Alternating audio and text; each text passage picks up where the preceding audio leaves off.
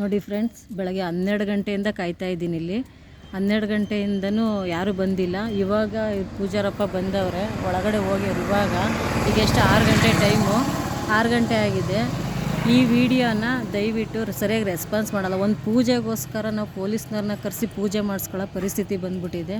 ಈ ವಿಡಿಯೋನ ದಯವಿಟ್ಟು ತುರುವೇಕೆರೆ ತಹಸೀಲ್ದಾರು ಮತ್ತು ತುಮಕೂರು DC ಶುಭಾ ಮೇಡಮ್ ಅವ್ರಿಗೆ ತಲುಪೋವರೆಗೂ ಶೇರ್ ಮಾಡಿ ಫ್ರೆಂಡ್ಸ್.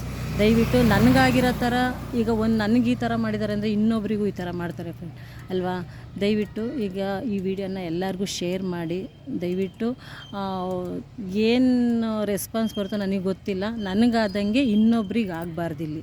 ಬೆಳಗ್ಗೆ 12 ಗಂಟೆಲಿ, ಮಧ್ಯಾಹ್ನ 12 ಗಂಟೆಲಿ ಬಂದು ಕೂತಿರೋಳು, ಇವಾಗ ಸಂಜೆ 6 ಗಂಟೆ ಇದೆ. 6 ಗಂಟೆ ತನಕ ಇವ್ರು ಪೂಜೆ ಮಾಡಿಕೊಟ್ಟಿಲ್ಲ. ನಾವು ಬರೋದೇನಕ್ಕೆ ಮನೆ ದೇವ್ರು ಅಂತ ಬರ್ತೀವಿ. ಮನೆ ದೇವ್ರ ಹೆಸರಲ್ಲೇ ಇವರು ದುಡ್ಡು ಕೊಟ್ಟರೆ ಪೂಜೆ ಮಾಡೋದು ಅಂದರೆ ಇದು ಯಾವ ಲೆಕ್ಕಾಚಾರ ಅಲ್ವಾ.